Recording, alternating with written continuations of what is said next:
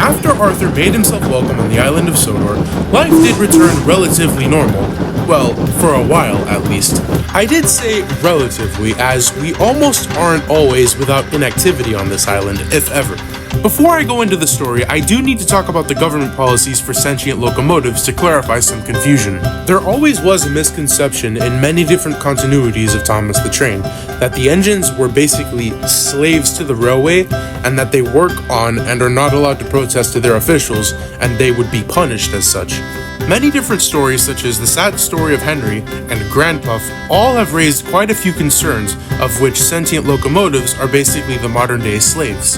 I am happy to say that none of these are true. Even though sentient vehicles are obviously not humans, we are still considered citizens in the systems of our respective governments. Thus, we are born, or built, with the same rights and the same laws of our constitutions. For example, in America, all citizens are protected underneath the Declaration of Independence. In the United States, sentient vehicles are classified as American citizens, and are thus granted the same rights when they are built. In Britain, respectively, this is the same case. With this being said, the obvious question comes to mind. Why do we always do what our controllers tell us when we have free will? The answer is very simple. Because we want to.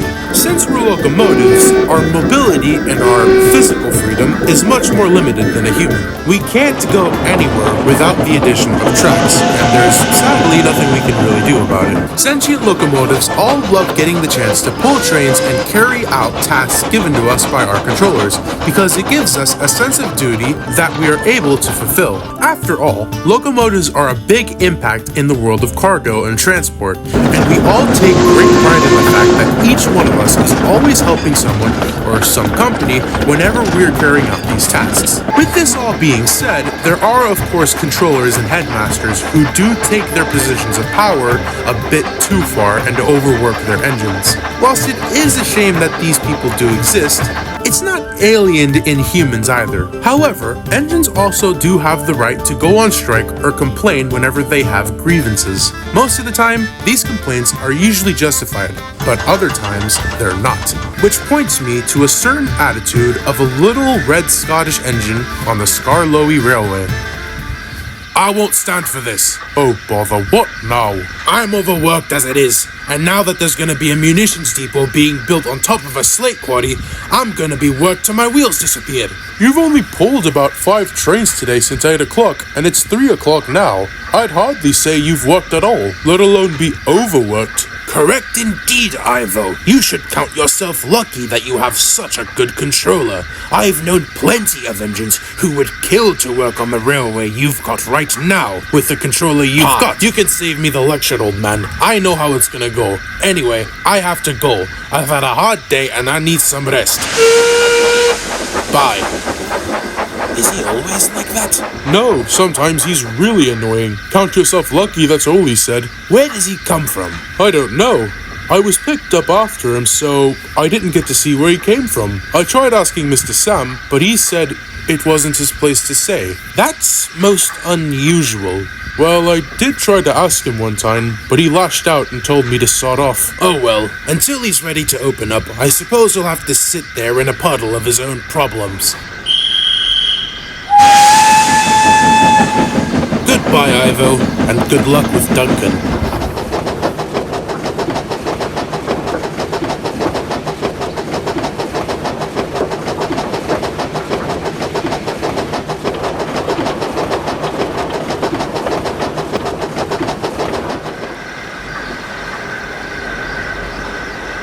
Sounds like a complete toss-up. Too right. I've met quite a few engines before who've had grievances, but this Duncan doesn't have anything to complain about. Wait a minute. Did you say Duncan? Yes. Does it ring a bell? Aye. I remember in Scotland, me and Elise had to drop off goods at this factory at the outskirts of Aberdeen. And at that factory, there used to be a little engine who worked there. He was grey and had only the number 6 on his side. Despite his miserable demeanour, he said his name was Duncan. But right after he said that, who I presume was his manager, intervened and told number 6 to get moving. As I started to pull away, I heard the manager beginning to berate Duncan, or number 6. How very odd. If that was the engine you were talking about, I could see why he is rather grumpy. Factories are a rather strenuous place to be worked in. They're hot, dirty, crowded, and frankly, a majority of the owners nowadays overwork their employees to the bone. Perhaps we should ask him if he's the same Duncan. Maybe he'll recognize me. Don't be surprised if he doesn't want to talk or say anything. Come on, Adam, the yards need tidying up for the next few trains. Alright, I'd best move now. Your train is on track 2, Emma, at the west end of the harbor. Later. Bye! Alright, let's go take a look at what I've got.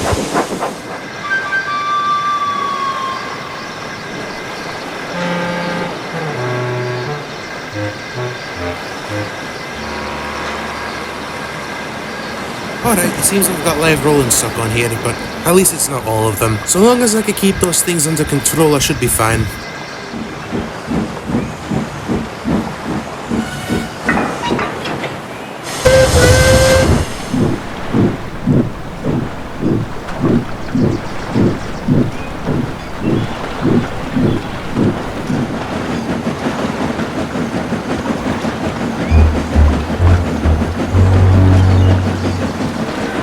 I have mentioned before that not everything in the Railway series or in the TV series is completely accurate to what happened in real life.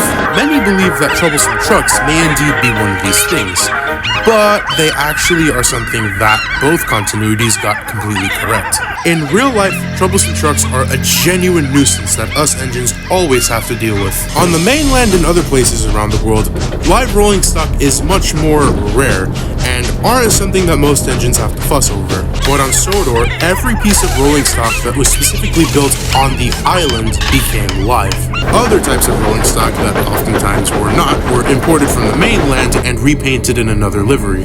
They love to cause mischief no matter what and no matter the consequence. Various different psychological studies of troublesome rolling stock have been made before and up to this very day, and they've determined that 98% of cargo carrying rolling stock are psychologically unstable, disturbingly enough. The 2% that weren't were mostly very pleasant and respected by the other engines for being different. This is only an anomaly for cargo carrying rolling stock like trucks, vans, or tankers. Rolling stock such as coaches or brakevans tend to be much nicer. However, not all. The ones that aren't tend to be smart and psychologically stable, but just happen to have sour attitudes, likely out of something such as a superiority complex or a prejudice of some kind. Like the brakevan on Emma's train, whose official name is Maurice, but we nicknamed him Spite because of his spiteful attitude. The prick never liked to do what he was supposed to do, even though literally applying his brakes is the only thing he was built for. He always thought that he was underappreciated on the railway, so he often liked to show this by throwing his brakes on whenever it wasn't necessary, or even taking part in some of the truck's tricks, like he did today.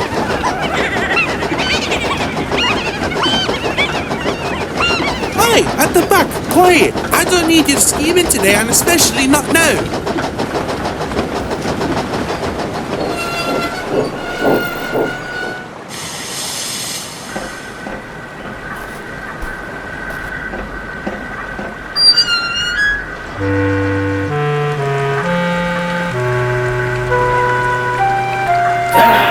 There's nowhere to put a choke here. No, you're forgetting, lads. Remember that recently sunken pier? Emma will have to stop around there. I've heard her brakes today, and they sound bad. We'll show her. At the beginning of Knapford Harbour, there was an old pier that had sunken after the wood frames gave way. Sir Topham Hatt was making efforts to repair the pier. However, in the meantime, he could only put a sign that said, "Danger, engines must not pass this board," before he put buffers, but today, that would be a problem. Emma slowly puffed into the siding. She tried to apply her brakes the best she could, but the screws keeping the tension on them were getting very loose. Come on, you wretched thing! Ah, I knew those workmen were too young. Don't even know how to fasten brakes. It's fine, Emma. We're slowing down enough, aren't we? We're not slowly enough. Hey, quit it! Stop it! My brakes aren't working!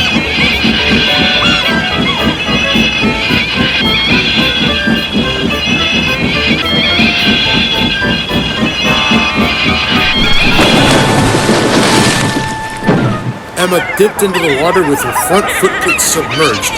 She only moved forward that much because the rubble in the water prevented her from going any further in. Ahoy, Emma! What's the meaning of this? Trucks, that's the meaning of this. Little buggers, they always like to cause trouble, don't they? Oi! What's this? You were supposed to pull up to the track next to the loading bay.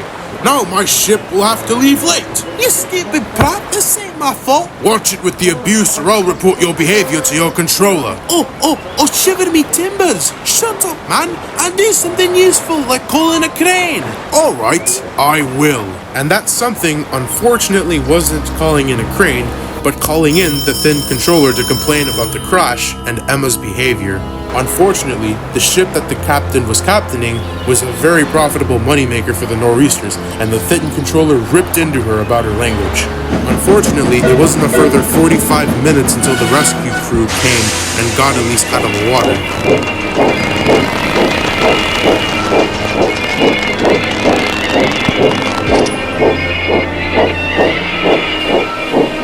Thankfully, her damages were very minor, and she could simply be repaired at her sheds. This also allowed the working crew to tighten up her brakes, which were the main reason why she couldn't stop herself. But the thin controller still leaned into her hard about her supposed misconduct, even though the rescue team found out that the troublesome trucks and the brakevan caused the accident. Emma couldn't do much but sadly look at the buffers. However, this brakevan would face the wrath of Emma's much more serious and stern twin, Elise, who never took kindly to nonsense, especially to her own sister. She confronted Spite later that day, and boy would she strike fear into him. You're a good one, Reese. You're a fine bloke to have those playing tricks. Of course, it serves that old bagpipe right. I'm far too important to be bothered. Well, this bagpipe's gonna set the record straight, you creaking cretin. Hey, what's the meaning of this? You're a muckle nuisance, you are. Everyone on this railway wants to leave you behind. Well, they can't. No one on this railway can take a train without a brakevan, and thus I will be respected and treated as such. Respect? Nobody's gonna respect an old arrogant sod who cares nothing about his trains. If you acted more like your fellow Brakevans, you wouldn't be on the subject for being sent away. Sent away? Bah, don't be so foolish, love. You can't get rid of me. I'm essential. I've had you. You're nothing but a screeching and a noise when all's said and done. Spike Emma, would you? Take that!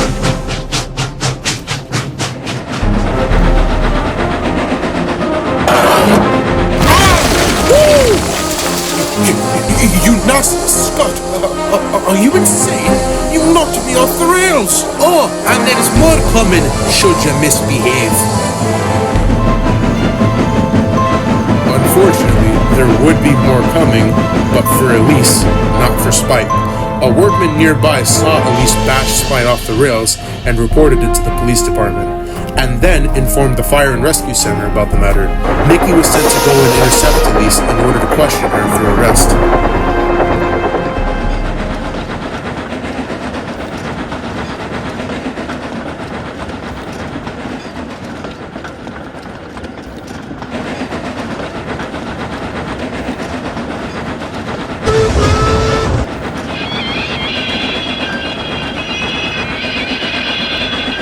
Hold it right there, Elise. What's all this, Chief? You of all people should know it's not safe to stand in the middle of the line.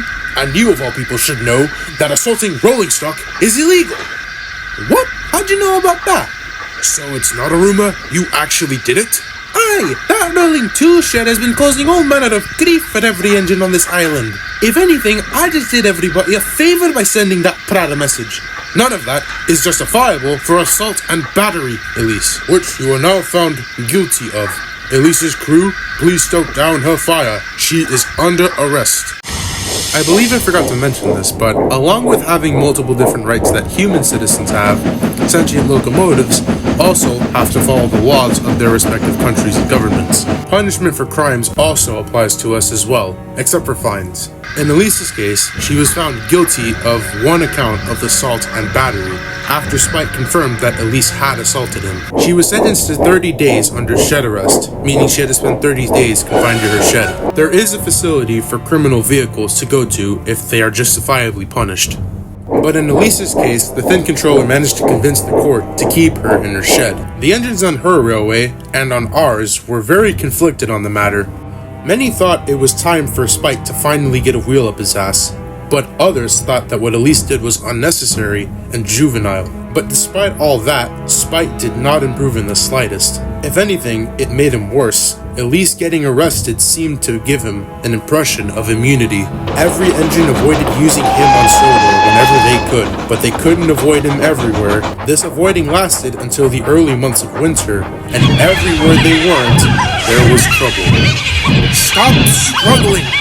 Come on! We need to take you guys to the docks! We won't go! We won't go! You will go even if I have to make you go! You stupid oil-filled morons! You're nothing but a load of trouble. Maybe I should pay the Brendan scrapyard a visit. Drop you guys off there. Now come on!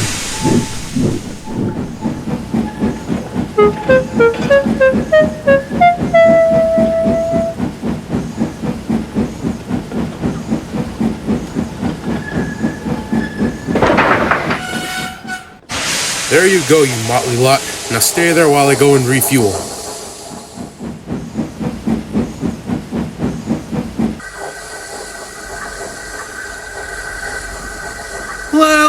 Well, Elise bumped that brakevan on purpose, didn't she? Aye, she did, and I'm proud of her for doing it. You should be too. Pardon me, I'll never be proud of reckless scoundrels such as yourselves. Pot calling the kettle red. What makes you any less of a scoundrel with all the accidents that you've caused? That's because all the accidents I've been in were purely that, accidents. Every accident you and your little posse of misfits on your mafia railway have been in were all out of carelessness or on purpose. Hey, what's the commotion? Just reminding Emma about her sister's misconduct. Why, James? What good does teasing her solve? It's satisfying. I'm tired of always having to hold my tongue around them. If only you applied that part to the rest of your life, maybe you wouldn't have wiped out on the cow field and gotten cow shit in your mouth. Maybe you should shut yours for a change, you Scottish bitch. Oh, bitch, Emma, let me show you what a bitch can do.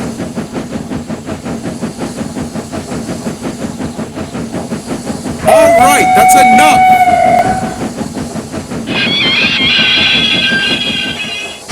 Yeah, that's enough out of you, Emma. Mostly you, James. You should refrain yourself from using such words. Pah! Words don't hurt. Maybe some from the Fat Controller will, when he hears about what you said. Oh, for Christ's sakes, don't be a grass, Joey. I will. Now get back to your train. Oh, bollocks, in a handbasket, I forgot. Stupid Yorkshire prick. Ugh. He didn't mean that. He's just mad. Mad or not, that prat needs to know who he's talking to. I know some blokes in Scotland that would tear him to pieces if he said something like that to them. The Fat Controller might tear him a new one. You might get an apology out of it too. Sure-top Matt always makes sure that everything is fixed afterwards. Apology or not, I hope I don't have to see that pillock for a while. Anyway, I've got to go. I need to get turned around to head back to Brendan. Alright, take care.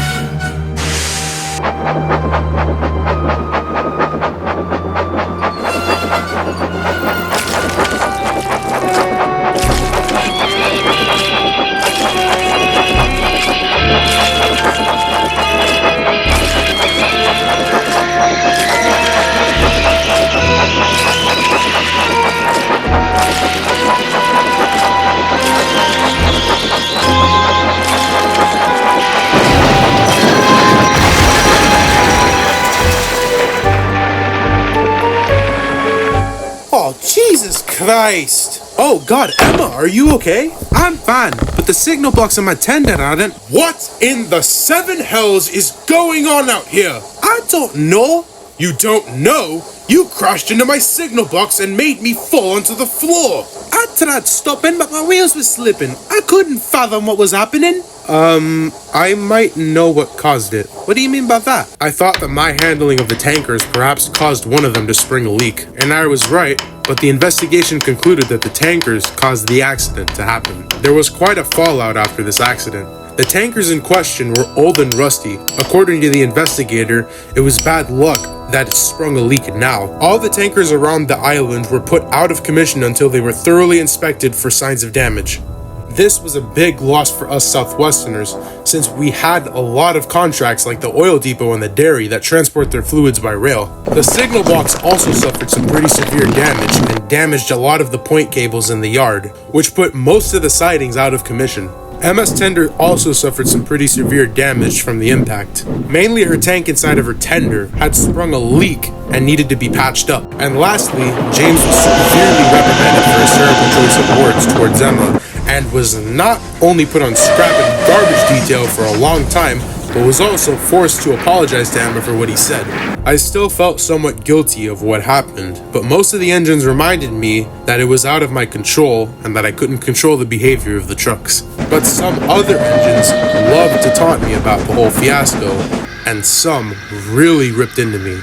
You absolute, unqualified morons! You can't help but put one of us out of action and cause trouble, can you? Andrew, don't start this again. You know that it wasn't my fault. The investigator said so. And either way, even though it wasn't my fault, I still apologized. The hell it wasn't. I know you tossers always have something out for us. Why would I hold a grudge against someone so petty? It's no surprise given your past conduct. Oh, you have no room to talk, old reliable.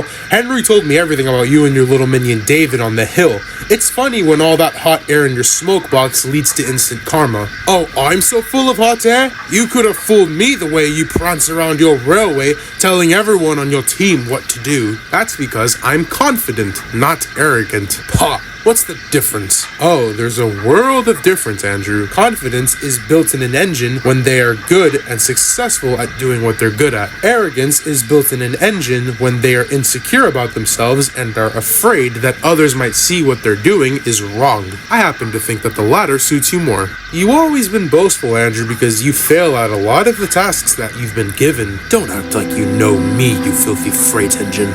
There it is again, the boastful better-than-all attitude. Let me ask you, Andrew, why do you always act like you're better than everyone when you foul up? Is it because you want others to listen to you and follow your orders because the thin controller holds you in such high regard? And you don't want them to realize that you are not better at completing your tasks than anyone else? Well, I know something that I'm better at than you. And what would that be? Kicking your ass! Oh, speechless now, eh? Maybe you're not as high and mighty as I...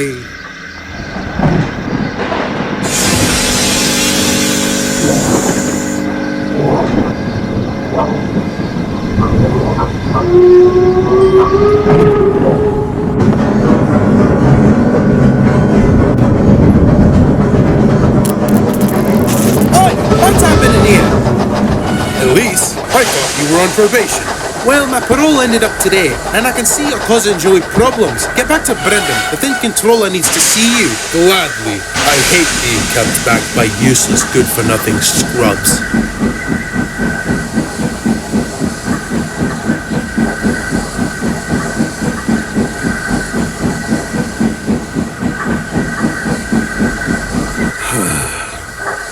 He got lucky. Aye, I don't doubt.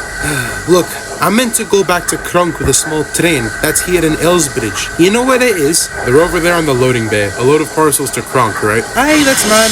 I'll be on my way then. Thanks, Joey. No problem. And do me a favor. Tell Andrew that if he pulls that shit off again, no one is gonna stop me from shoving my wheel up his tender.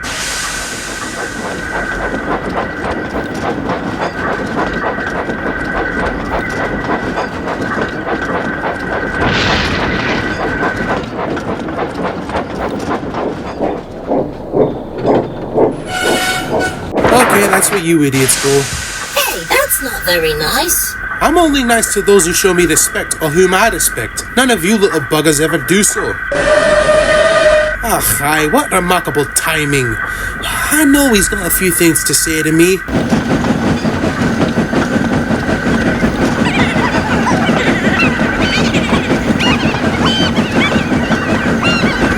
My James, I never thought someone with as big a mouth as you would ever be out of breath. Elise, I need your help. Pardon? Sorry, I must not be hearing that. You want me to help you? Yes, please. I would really appreciate it. But let me tell you something, I don't appreciate your red-painted prat. Yes, I know. I'm sorry for what I said to your sister. You'd better be. You're lucky we're not back in Scotland where we come from. You'd be left without a dome and a footplate. Well, I was left without my dignity by the Fat Controller, but he's got me pulling scrap trains since I said that. And these trucks have been giving me all kinds of trouble and I don't know why. Oh, such a pity. Elise, please. A little help goes a long way. Ah, fine. But only because I'm getting paid to assist you, you know. I do, Elise. And thank you. I mean it. Yeah.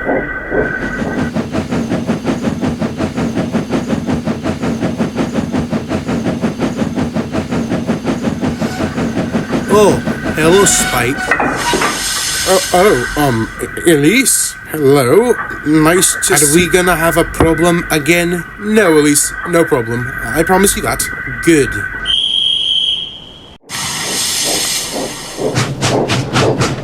I wish I could say that were true, but it simply wasn't. However, none of it was intentional. The two made their way to Gordon's Hill with little resistance from the trucks. But despite this, the trucks were still very heavy, and were somewhat difficult to handle because of that. Oh no, here we go. Going up an incline usually causes the load of something to pull back and cause drag, in which case the trucks were dragging James from behind, putting more of the weight and pressure onto Elise, which meant that Spike was squeezed in between the trucks and Elise. Ow! Oh, what is it now? I'm breaking apart! I can feel my frames, they're cracking! Hogwash, you'll be fine. Just tough it out. Elise, he's right. You need to stop. Oh no, I'm bailing! Elise, stop, please, I beg of you! Oh no. Elise? Elise? What's going on back there? I destroyed Spike. Destroyed? What do you mean destroyed? Is he dead? I think so. Oh my god. He's dead. I killed him. All right. Let's calm down. James, I killed him. I killed someone. His body's in pieces. Toothpicks, I thought. Oh god. What have I done?